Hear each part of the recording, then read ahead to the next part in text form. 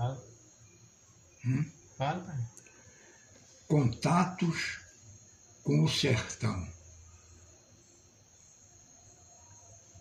Eu, desde criança, que fui um admirador dessa região pernambucana. Talvez por influência de meu avô. Porém, eu vim ter oportunidade de conhecer o sertão numa tenra idade. Porque desde a segunda metade da década de 40 até a primeira metade da década de 50, eu conheci o sertão. Viajava de trem. Naquele tempo, os trens da Great Western, que saía daqui da estação central do Recife,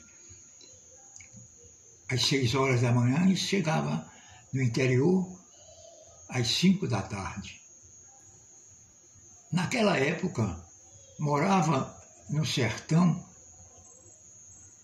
uma tia minha, a tia Semi, casada com o tio Alcebiades. Ele era comerciante em Sertânia, cidade sertaneja, lá do sertão do Pajeú. Numa dessas viagens, ou as primeiras viagens que fiz à Sertânia, eu tive grandes experiências naquela cidade e, por que não dizer, na região sertaneja. Nela, eu comecei a deslumbrar a paisagística do sertão, onde eu via aqueles açudes, como em Sertânia, o açude velho e o açude chamado do governo. Esses açudes eram assim como um cartão de visita da cidade. Ali eu comecei a me apaixonar pelo sertão pernambucano, com a sua cultura, com a sua arte, com a maneira de ser do sertanejo que diferencia muito das outras regiões de Pernambuco. Recordo-me que numa dessas viagens, quando eu desci do trem, o trem que havia percorrido, eu tinha feito uma viagem muito enfadonha, mas que quando cheguei em Sertânia, eu estava com tanta ansiedade que nem senti o cansaço da viagem. E me dirigi à casa de meus tios. Foi quando eu fui vendo realmente a paisagística urbana da cidade de Sertânia. Me deparei logo com a praça, que chamavam lá a Praça da Prefeitura, e tive a ocasião de verificar uma unidade arquitetônica muito interessante que ainda hoje, nos tempos odiernos, nos tempos contemporâneos, foram se acabando nas praças, não só dos interiores, mas nas praças do próprio Recife, que é o coreto. O coreto é uma espécie assim de uma construção redonda em que ali se realizava todos os eventos da cidade, né? Cantores, festas, qualquer agremiação que iam desfilar lá, se apresentavam no coreto, não é certo? E aquilo me interessou muito e eu fiquei gostando muito dessa praça. Mas não é somente nessa praça, que é a praça central de Sertânia, que tem aspectos assim culturais urbanos, porque lá tinha um cinema também, naquele tempo de cinema, década de 40 e década de 50, era o cinema Emoir, mas que só passava filmes estrangeiros, né? O Brasil ainda não estava aperfeiçoado com o cinema, com a cinematografia, não é certo? E assim eu fui gradativamente conhecendo a cidade. É um tipo de conhecimento diferente da grande cidade. As unidades comerciais, ou por outra, as casas comerciais, elas são conhecidas pelos donos. Então eu me lembro da mercearia de seu João Alexandre, me lembro das lojas dos Pires, entendeu? E assim muitas outras. E assim eu ia conhecendo as pessoas da cidade. A farmácia só tinha uma nessa época em Sertânia, que era a de Antônio Rodrigues. Era desses farmacêuticos que não era formado em farmácia, não, mas tinha uma prática tão grande que às vezes dava o que se chamava na época quinal, até em receitas médicas, porque o que ele receitava dava melhores resultados àquela população, muitas vezes até da periferia da cidade de Sertânia. Eu chamo periferia, são as fazendas, que no Agreste e na Zona da Mata chama-se muitos sítios, né? Mas no sertão são fazendas ainda. Então, que se tratavam lá e ficavam bons. Era interessante, né? E as festas da igreja eram muito bem comemoradas também através de foguetórios e encerrando sempre com uma procissão. Porque essas cidades do sertão, elas parecem muito vazias quando a gente chega nelas. Você anda numa calçada daquela, vira-se para trás, não vê ninguém. Mas no dia que tem uma procissão, parece que a população todinha vai para a cidade e cria-se uma verdadeira multidão. Era a fé religiosa ainda do século XIX que campeava nos corações dos religiosos daquela época, não é certo? E assim eu fui me aproximando culturalmente, repito eu, da cidade de Sertânia.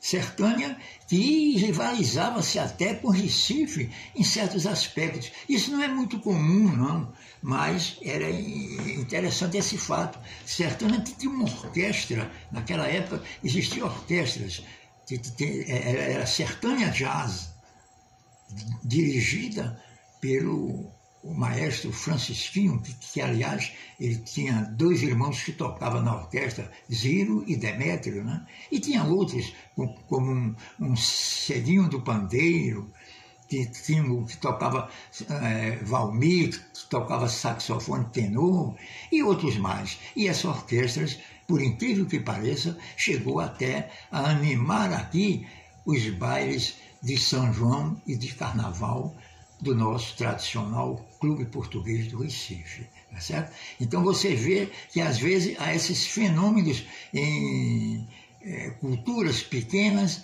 que têm o privilégio de se destacar numa cidade grande. Eu não sei se isso é talento ou se isso é coragem de se apresentar numa grande cidade. O que é fato é que as coisas existem assim, espontaneamente, não é certo? Outra coisa interessante que eu achei em Sertânia foi o clube. O clube chamava-se de América, era o América Esporte Clube. Esse clube ele primava para fazer grandes bailes aqueles bailes principais do sertão, e nas festas mais comemorativas de datas até cívicas mesmo, havia bailes, como em 7 de setembro e outras datas da nacionalidade, né? E o nome América foi denominado porque os clubes sociais ou de futebol que iam surgindo naquela época, principalmente na década de 40, eles iam tomando o nome de América. Qual é a cidade brasileira, ou grande, ou mais ou menos grande, que não tenha um clube denominado América?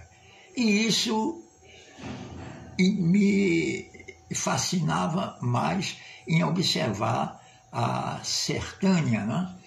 E eu fui me apaixonando, aplicaria o termo, por essa cidade, que quase todo ano eu ia 2 vezes por ano a ela. Eu mesmo menino ia, porque a minha tia me chamava para eu acompanhar o menino dela, meu primo, que era doentezinho e vivia numa cama de rodas que a gente levava ele para todo canto na cidade, o Demóstenes, né? E ali a gente saía comentando. Ele é um menino muito inteligente, muito lido, tinha uma biblioteca infantil maravilhosa, aprendeu a ler sem escola, apenas com uma professora dentro de casa, e assim por diante, né? Aliás, isso era comum no sertão, ou a pessoa era analfabeto ou semi-analfabeto, ou então era autodidata, porque escolas não tinha muito não, só tinha escolinhas primárias, não é certo? Porque o primeiro colégio de ensino médio que foi criado em Sertânia foi por um tio meu, que era professor aqui em Recife e era membro da uma sociedade que tinha de colégio gratuito, né? De campanha nacional de educandários gratuitos, e levou um colégio para ser fundado lá. E esse colégio foi com o nome de Olavo Bilac. E esse colégio foi que iniciou em Sertânia uma época de início de preparar a juventude e a adolescência para o porvir. Quanto à maneira com que se vivia na cidade, era muito precária. Não existia eletricidade. A iluminação era feita por motor. Era um motor. Então ele trabalhava até 11 horas da noite, e eu me lembro bem, e quando estava chegando às 11 horas, aí uns 15 minutos antes, então ele dava um sinal. O sinal era apagar a cidade todinha. Então apagava e acendia, que era para o povo se preparar para esperar 15 minutos depois que houvesse a escuridão direta, né? E isso, as pessoas se preveniam, tudo, e para aguentar o resto da noite, a vela ou candeeiro, aqueles candeeiros antigos, de querosene, né? Com aquelas mangas, chamavam mangas de candeeiro, né? As mercearias tinham também produtos bem especializados à época e ao lugar, ao sertão, não é certo? E isso, o meu tio tinha uma merceariazinha que vendia mariola, tapioca e outros produtos mais bem regional mesmo do sertão. E a gente se adapta a tudo aquilo. Eu ia sempre também visitar o armazém de meu tio, que era um armazém de cereais, onde ele negociava com grãos, inclusive mamona, né?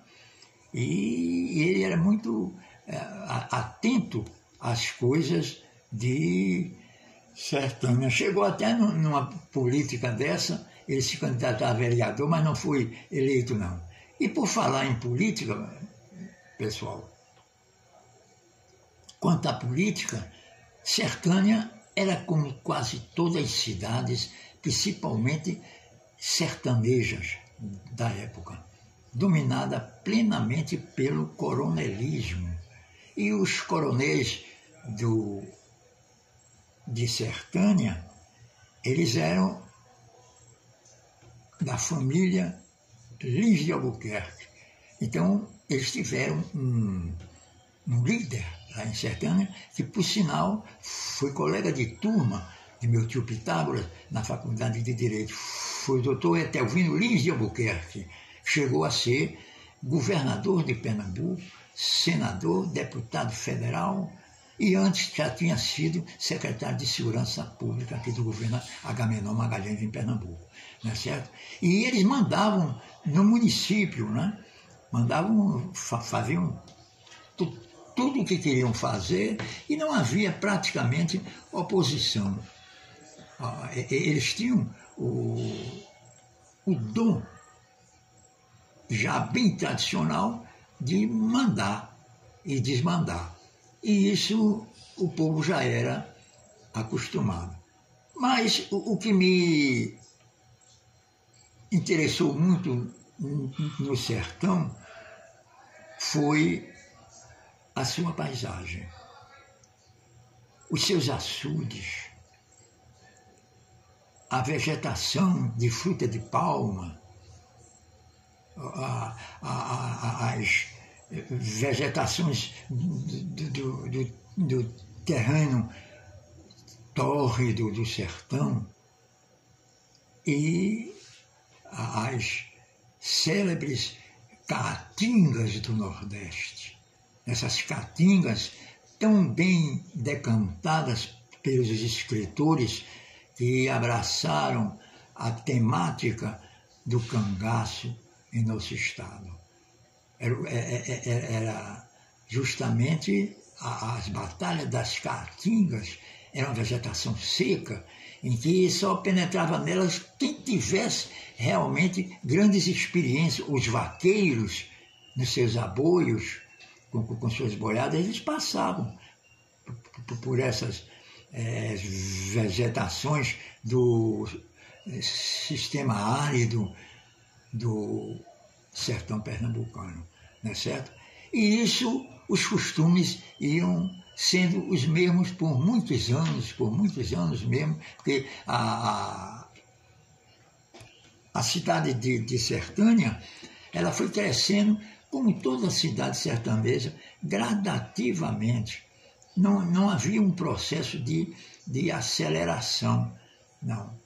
E isso ainda hoje se vê, né? Só algumas cidades do sertão que dispararam sozinhas, como Serra Talhada, Petrolina, Salgueiro, e Afogados da Engaveira, e outras mais.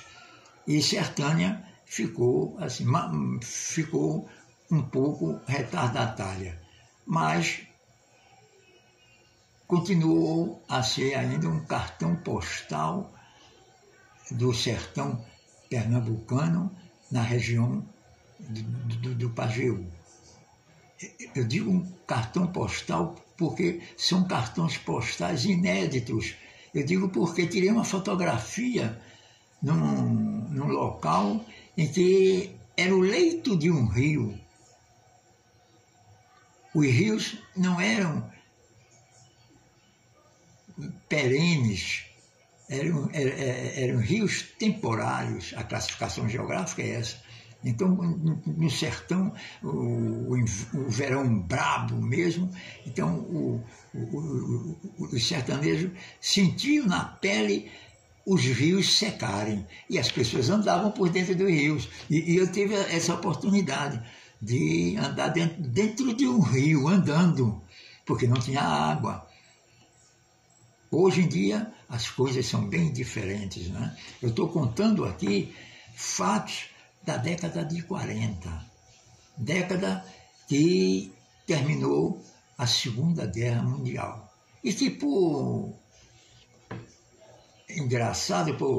sorte, Eu estava com minha tia lá quando terminou a guerra. E eu vi as comemorações como eram, passeatas pelas ruas, o povo gritando vitória, vitória, com o prefeito. Eu me esqueço do nome do prefeito nessa época lá. Devia ser alguns da família Lins, de Albuquerque.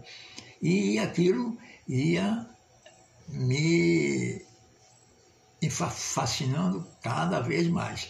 Outra coisa também bem peculiar que eu achei de Sertânia foi o carnaval. O povo brinca o carnaval nas ruas, muito pouco no clube, e brinca nas ruas. Inclusive, o melhor clube, ou melhor bloco de rua de lá foi fundado pelo meu tio Alcebiades. Ele se chamava de guardanapos, eram os guardanapos, porque ele, bêbado, brincando na rua, ele e mais os 3 colegas com uma madeira, e botaram o guardanapo que estava na mesa do bar, num cabo de vassoura, e saíram gritando pelas ruas e cantando aquelas músicas da época, "Ô jardineira, por que estás tão triste?", não é? E esse bloco foi crescendo e hoje é um dos blocos tradicionais do carnaval de Sertânia.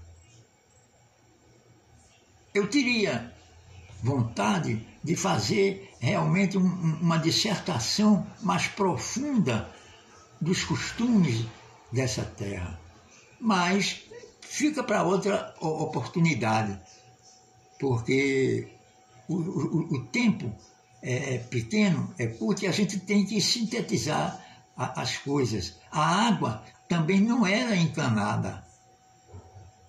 A água era tirada dos cacimbões e levadas em jumentos para encherem, abastecerem as residências, isto é, as residências daquelas pessoas que tinham maior poder aquisitivo na época, entendeu? Eram os cacimbões, iam nos jumentos, tá certo?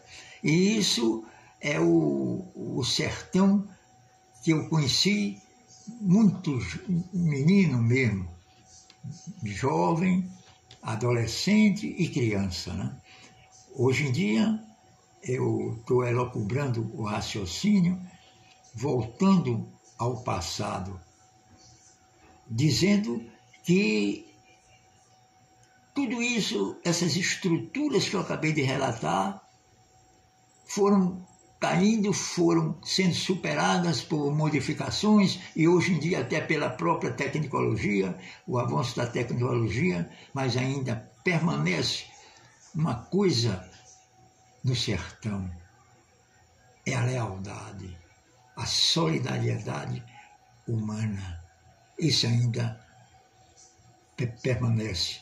E é como eu terminaria essa explanação aqui com aquela frase, não é diminuindo as outras regiões, mas é uma frase de um dos maiores estilistas da língua portuguesa, que foi Euclides da Cunha, no seu livro Os Sertões, quando ele dizia que o sertanejo é, antes de tudo, um forte. Não tem o raquitismo neurastênico dos homens fracos do litoral. Muito obrigado.